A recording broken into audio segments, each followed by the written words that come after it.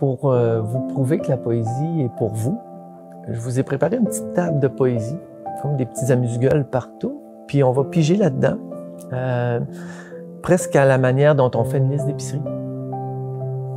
Je dis pas ça innocemment parce que une de mes poètes préférées s'appelle Sei Shonagon. C'est un texte qui date de 1000 ans. C'est japonais. Ça s'appelle Notes de chevet. C'était quelqu'un qui vivait à la cour impériale, servante de la cour impériale. Puis, c'est un texte éminemment d'actualité que beaucoup de poètes québécois adorent. Je ne sais pas pourquoi, mais c'est des listes, en fait, tout simplement. Puis c'est d'une beauté incroyable. Je vous lis quelques lignes de « Choses ravissantes ». Vous allez voir, c'est écrit en prose. « Choses ravissantes ». Un visage d'enfant dessiné sur un melon. Un jeune moineau qui vient en sautillant dès qu'on imite le cri du rat. Un bébé d'environ 2 ans, très potelé, à la jolie figure claire, qui vient à vous en se traînant et dont le vêtement de gaze violette trop long est retroussé. C'est ravissant. Un petit garçon de 8 ou 9 ans, à la voix juvénile, qui lit un livre.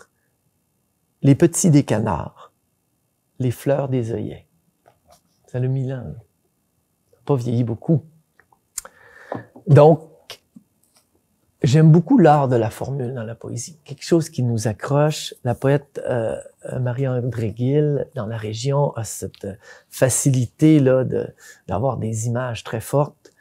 Si vous vous demandez où je suis maintenant, c'est moi, juste là, avec le sourire forcé d'une patineuse artistique qui se relève après avoir fini son trip Axel sur le cul.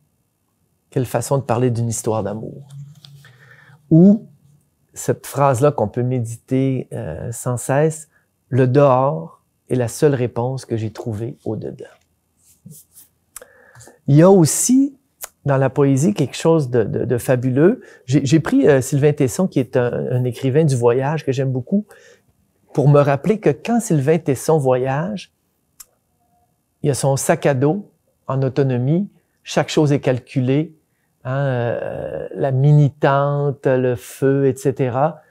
Peut se permettre un livre. C'est un écrivain qui écrit des récits de voyage. La seule chose qui apporte, c'est de la poésie. Parce que c'est tellement condensé, c'est tellement distillé, qu'avec son recueil, il y en a pour des heures et des heures. Puis ce qu'il fait souvent, c'est qu'il apprend les recueils par cœur, puis à la fin, il peut se débarrasser du recueil. Donc, ça dit, pour quelqu'un qui est dans la légèreté, dans l'instant, le voyage, comment le poème peut être l'essentiel de l'expérience littéraire.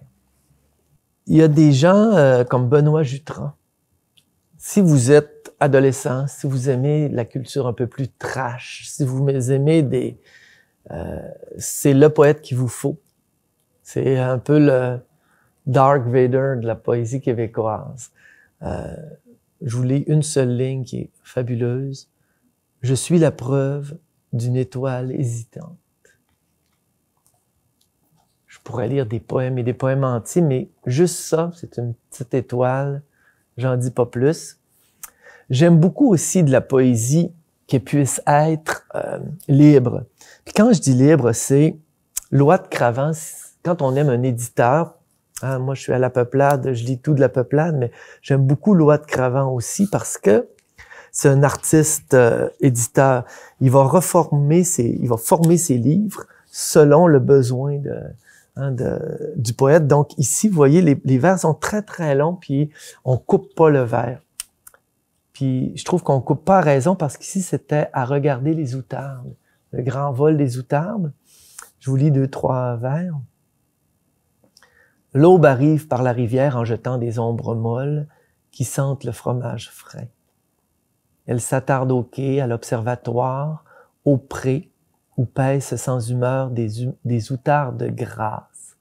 Leurs jappements sont aspirés par de petites bourrasques, goulues vers l'horizon. Donc, je vais retenir ça quand je vais voir des outardes la prochaine fois pour que mon expérience soit encore plus complète. Je voulais vous montrer aussi des initiatives de poésie. Il y en a pour tous les goûts. Avec les gens de Langage Plus, on fait beaucoup de médiation culturelle puis de la poésie. L'abécédaire prend l'air, c'est un recueil où on a travaillé avec des gens qui ont des retards, des handicaps, et c'est un simple abécédaire poétique où on fait des listes. Où on a travaillé avec, ici c'était pas mon cas, mais l'artiste avait fait une guimauve avec la lettre G sur le lac, et on travaillait avec les mots qui étaient doux. La lettre M avec musique, donc on forme, vous voyez un M de musique avec des micro-sillons. Dans mon cas, j'avais travaillé sur la lettre O. La lettre O, c'était le O de l'étonnement, les rimes en O, le O du bol de thé, la forme, avec un cercle où il y avait toutes les saveurs de le thé. On faisait une cérémonie du thé avec toutes les plantes que je cueille. Donc, puis les petits hauts d'écriture des Cheerios. Donc, on a écrit à travers ça, mais il y avait tout le côté ludique de la forme de la lettre, de qu'est-ce que ça nous inspire et tout ça. Donc, ça vous donne une idée. J'aime beaucoup aussi les gens de Contre-Mur. C'est des Marseillais qui sont des artistes, mais aussi qui ont une petite maison d'édition numérique. Donc, les gens vont pouvoir chercher Contre-Mur, aller voir. Ils ont aussi, ils ont eu l'aventure, Caroline et Nicolas, les éditeurs, de faire des affiches poèmes. Et ça ici, c'est une affiche poème de Lucien Suel. Je voulais vous montrer parce que quand je donne des ateliers d'écriture, ça impressionne beaucoup les élèves aussi. Donc, vous voyez, la poésie, c'est un jeu aussi. Ici, c'est le nord, l'est, l'ouest et le sud. Donc, les lettres, le O, le E, sont mis en majuscule et en gras. Et le reste, c'est des petits poèmes sous la forme de petites pyramides. Donc, il y a un côté très ludique à la poésie. Ça, moi, ça me plaît beaucoup de jouer avec les lettres, comme avec ses logos ou comme avec son Scrabble. Donc, quelque chose aussi à la poésie que je voulais vous montrer. Ça, c'est un ancien carnet de voyage. C'est mon 44 pour être précis. Et c'est celui, je suis allé au Japon. Donc, on voit plein d'estampes, d'embossages, etc. Et je suis allé dans un temple et il y avait de la calligraphie. Et plutôt que de le faire sur un papier, j'ai demandé qu'on le fasse dans mon carnet. Puis pour moi, la calligraphie, ça dit aussi la beauté du geste d'écriture, ça dit de la poésie aussi. Regardez ça. C'est magnifique. Sur mon site Internet, je l'ai mis, la personne qui trace les signes. Ça, ce sont des estampes. Elle le fait au début, la femme qui faisait ça, puis elles ressurgissent par rapport au noir. Mais la beauté de la lettre, donc moi, j'ai pas cette finesse-là, mais je mets mes bibliothèques de survie, je grave avec mon pyrograveur, bibliothèque de survie, je m'habitue tranquillement, pas vite, à essayer d'exploiter ça. Mais ça fait partie de la poésie. Donc, votre main d'écriture a quelque chose qui dit quelque chose de vous. Si vous êtes en voyage, que vous alliez en Guadeloupe, au Mexique ou en Europe, essayez, si vous faites une destination, de choisir un texte, une petite anthologie de poésie. En Malaisie, il y a des poèmes traditionnels qui sont des pantounes.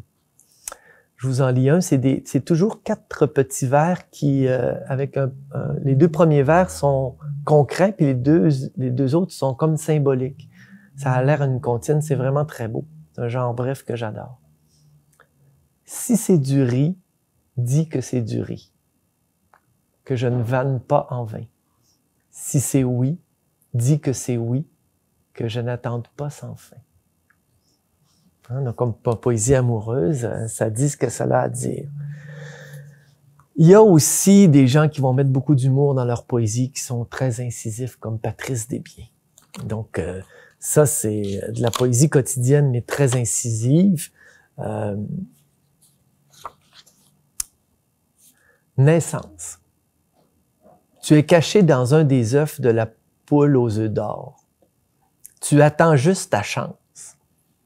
C'est peut-être ta mère qui va te choisir et gagner. Voilà son poème. Il y a des poésies aussi qui sont, certains poèmes qui vont s'axer sur la langue parlée, si c'est ce que vous aimez. Par exemple, Marie-Hélène Voyer, son poème Épivardage. Je lis un extrait.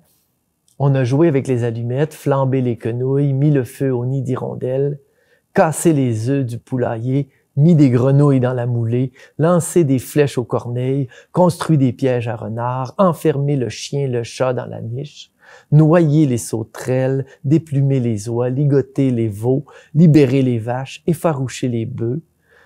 On s'ennuyait toujours. Donc, l'art de faire de la liste. Des fois, il y a des poètes qui nous font réfléchir un peu plus que d'autres. J'aime beaucoup Rainer Maria Rilke. En temps de pandémie, je vous fais la lecture du poème La Panthère. Vraiment, Rilke avait l'art de rencontrer un charmeur de serpents, un arbre, une plante, un bateau d'immigrants, puis il écrivait là-dessus. Donc, à Paris, au Jardin des Plantes, il y avait une panthère qui était en cage. C'est un très, très beau poème sur la panthère. Son regard, à force d'user les barreaux, s'est tant épuisé qu'il ne retient plus rien. Il lui semble que le monde est fait de milliers de barreaux et au-delà rien. La démarche feutrée au pas souple et fort, elle tourne en rond dans un cercle étroit. Comme une danse de force, autour d'un centre où se tient engourdie une volonté puissante. Parfois se lève le rideau des pupilles sans bruit. Une image pénètre, parcourt le silence tendu des membres et arrivant au cœur, s'évanouit. Hein, pour des humains en pandémie, là, ça nous montre, ça nous donne pas tellement le goût d'un zoo traditionnel avec des cages. J'ai un dernier conseil de gourmand sur la poésie. Commencez par petites bouchées, goûtez à plein de choses, ne conservez que ce que vous aimez. Apprenez à tout simplement prendre le temps d'essayer, sans jugement. Vous mettez la saveur dans votre bouche, puis si ça va pas vous recracher, il n'y a pas de danger. Puis vous allez voir, vous allez être surpris. Il y a vraiment autant de sortes de poètes qu'il y a de sortes d'humains, autant de types de poésie qu'il y a de types de besoins que vous avez en tant qu'être humain. Puis, il y a des poésies vraiment pour rehausser votre joie, pour vous aider à pleurer, pour vous guérir, pour vous réconforter, pour vous faire réfléchir. Donc, c'est vraiment, vraiment je vous dirais, c'est une pilule quotidienne qui bat toutes les pilules. Par exemple, moi, là, au plus noir que j'ai été, je pense à une chanson de Richard Desjardins. Maman, pourquoi pas rien au lieu de ça pour allonger ma main quand tu passeras? Je peux vous assurer que l'effet va être bénéfique puis il n'y aura pas d'effet secondaire.